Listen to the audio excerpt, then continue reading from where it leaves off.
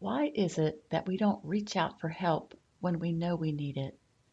In previous episodes, we talked about where you can get help and support as you walk through the difficult journey of grief. But knowing what to do is far different than doing what you know. The power of change occurs in the action, not in the intention. So, what can happen if you're feeling stuck or hopeless and you don't reach out for help?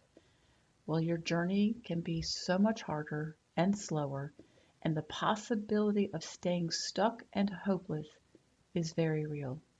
Severe isolation can lead to depression, anxiety, and social anxiety, where it becomes harder and harder to get out and be around others. Don't stay stuck because you don't want to bother your family or friends.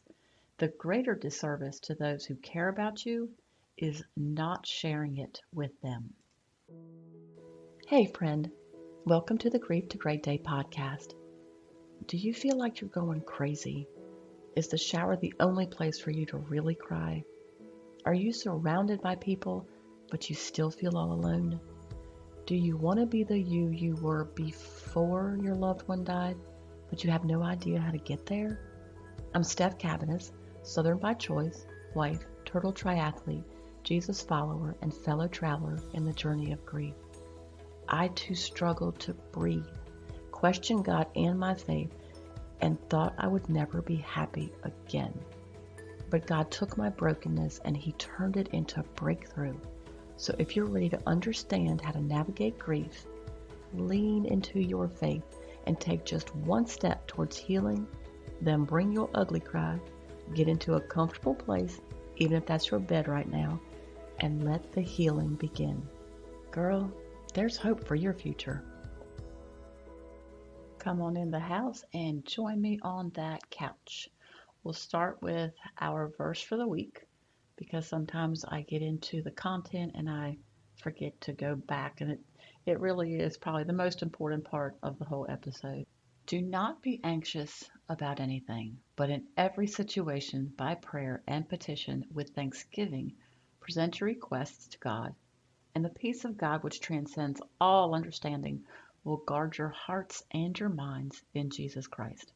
Finally, brothers and sisters, whatever is true and whatever is noble, whatever is right or pure, whatever is lovely and admirable, if anything is excellent or praiseworthy, think about such things. Whatever you have learned or received or heard from me or seen in me, put into practice, and the God of peace will be with you. That's Philippians 4:6-9. So today we're going to talk about feeling like a burden and because of that, not reaching out for help.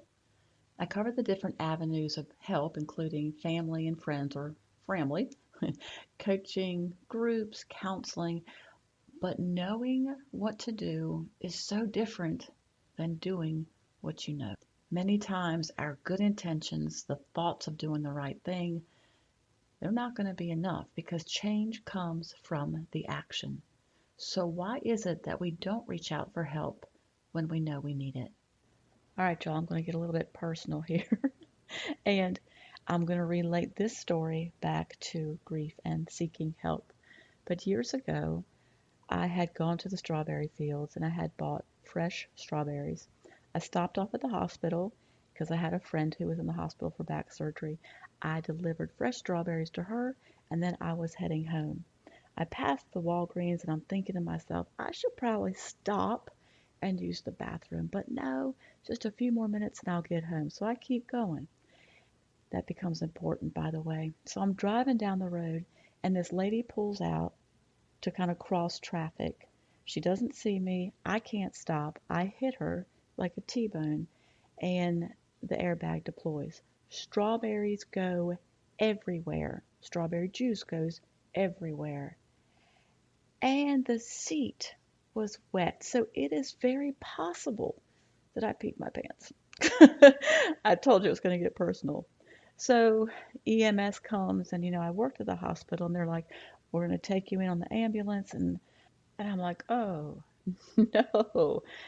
Because I worked there, I didn't want people to see, number one, that I had been in an accident. I knew people in the ED.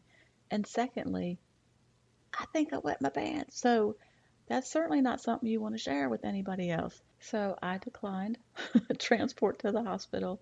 I looked at the Jeep. It was Monica's. It was wrecked. So, that wrecked me. And I called Trish.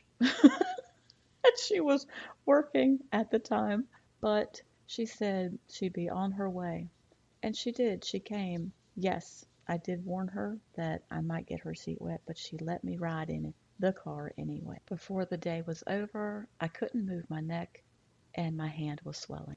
So, kindly, Trish came back, got me at the house, and took me to the doctor. So, the point to sharing that story was I was more scared of what people thought, and I didn't go to the hospital. But in the end, and quickly in my case, I still had to seek out help for my injuries. With grief, it may not be physical, but it's like an injury nonetheless. So why aren't you seeking help? When I was going through grief, I was blessed to have people in my life that checked on me a lot. I did have to push, though, to reach out, to find the grief group, and to go. And I think that was because I was totally scared to death of what was going on. I experienced physical, emotional, and spiritual changes all at one time, and I thought I was going crazy because the pain was just too much for me to put on a shelf or to compartmentalize. So I thought a grief group could help me, and I thought about it for a couple weeks before I reached out. I didn't expect it to take away the pain, but I thought it would help me at least have, I don't know, a blueprint toward the result of staying sane. In the beginning of my journey, I was introduced to this weird line between sanity and insanity. And I know that sounds dramatic, but it was tangible, it was visceral, and it was very real. I didn't even know it existed until that time. So any fear about asking for help, it disappeared compared to the fear of never coming out of the dark pit. Now, hear what some other people have said about how reaching out feels to them. These are quotes. I don't have many to talk about it to because I don't want to seem like a burden. And another person said, I'm supposed to be the strong one in the family that the brothers and the sisters look up to for help. So I close myself off as not to burden them or add to their grief. But being strong creates a lonely place. And here's another one. I don't want to bring other people down. Who wants to be around me now? Feeling this way is not abnormal when you go through grief because life becomes overwhelming and decisions are hard to make. The fear of something else bad happening increases, and wanting to deal with everything by yourself is often the default because it's easier to isolate and it's easier not to push. And ironically, the people who don't want to be a burden to others are usually the very same people who always help others. So here's some of the reasons we don't ask for help, and I'm going to counter them with some truth.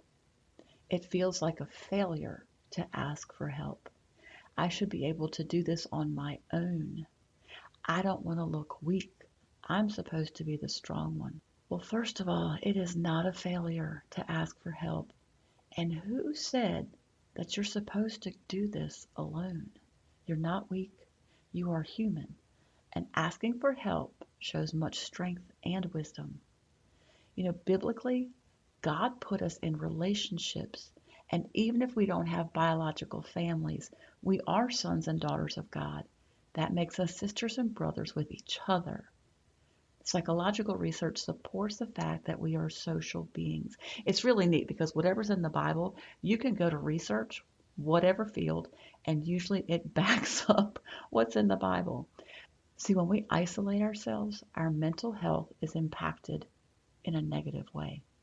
We don't want people to see us when we're not doing well, and social media hasn't helped because we only see snapshots of the best moments of other people's lives and we think it's their life. So this great comparison trap makes seeking help even harder. I want to give you some advice for when you do ask for help because sometimes these are problems that pop up and make people say, I'd rather do it by myself. When you ask for help, know what you're asking for. Don't let other people tell you how they're going to help you, because even though they're trying to be helpful, it ends up being more work for you. And it's not even what you needed help with. Two, don't feel pressured to be with them as they provide the help. Again, if there is something specific you need to have done, it might be more work to have to carry on a conversation if they're there helping. So just tell them what you need and that you won't be able to assist or you won't be there. Three, don't ask for help from people who will expect reciprocation, period. If they aren't the type of person who's going to help for the sake of helping with no expectations, you better find someone else to ask. So, look, if you are spending days with no contact with someone, then you need to seek out support through any of the ways that we talked about before. If you're staying in the bed more due to depression, then you are engaging in your life. You need to seek out support. And other signs include losing interest in personal hygiene, allowing your home to become cluttered or even hoarding, changes in your eating or activity habits, like if you see you're gaining a lot of weight or you're losing a lot of weight, or maybe you used to go for a walk and now you don't do anything, those are signs that you are too isolated. I don't want you to get to that point, because what can happen is if you're feeling stuck or hopeless and you don't reach out for help, at the least your journey will be harder and slower. But also, the possibility of staying stuck and hopeless is real. Severe isolation can lead to depression, anxiety, and social anxiety, where it becomes harder and harder to get out and be around anybody else. I don't want this to happen to you, but if it has, then you still have the ability to change it. You have a future, you have a purpose, you're still here, so you have things that you're called to do. Step outside your comfort zone and simply ask for help or support. I'm stressing this because I know people and have met many more who stay stuck because they don't want to bother their friends. But let me be clear that the greater disservice to those who care about you is not sharing it with them. And if what I have said hasn't made you feel any different about reaching out for help, then just think about it this way. Think about someone you care about. All right, somebody specific probably has come to your mind. Focus on them and picture them and imagine that they are struggling with depression or divorce or grief. Would you want them to stay in their house or in their bed and not reach out for any help? Or would you want them to call you so you could be there? And wouldn't you go to them in a heartbeat if they did call? Why then should it be any different for you to call someone for help? If you don't think you have those people in your family or your friend group, you do have the options we talked about. You have the groups either online or in person. You have coaching and counseling. Push beyond your comfort zone and reach out for help today. And don't forget, you can join the Grief Group for Christian Women Facebook community. So you have this option of joining other like-minded women who understand what you're going through. The link is in the show notes below, or you can find it on the Grief to Great Day website. If you don't have a church home, you're always welcome to visit my church Open Door in Eastern North Carolina or online at opendoorchurch.com. In the meantime, remember who holds your future. And yes, you do have one. Keep coming back to the house, keep sitting on the couch, and keep taking those steps, however small, towards your healing. Thank you for being here today, for showing up. If this podcast has given you hope, encouragement, or helped you in any way, share it with a friend, either in a text or on your social platforms. Also, please subscribe, rate, and leave a written review on iTunes. It's a huge blessing for me to know that you're out there. Lastly, and this is important, you are not alone. Connect with me on the Grief to Great Day website, the link is below, and sign up for our free newsletters. I want to be able to pray for you by name. Remember, grief isn't something you're going to get over, but a great day is something you can get to.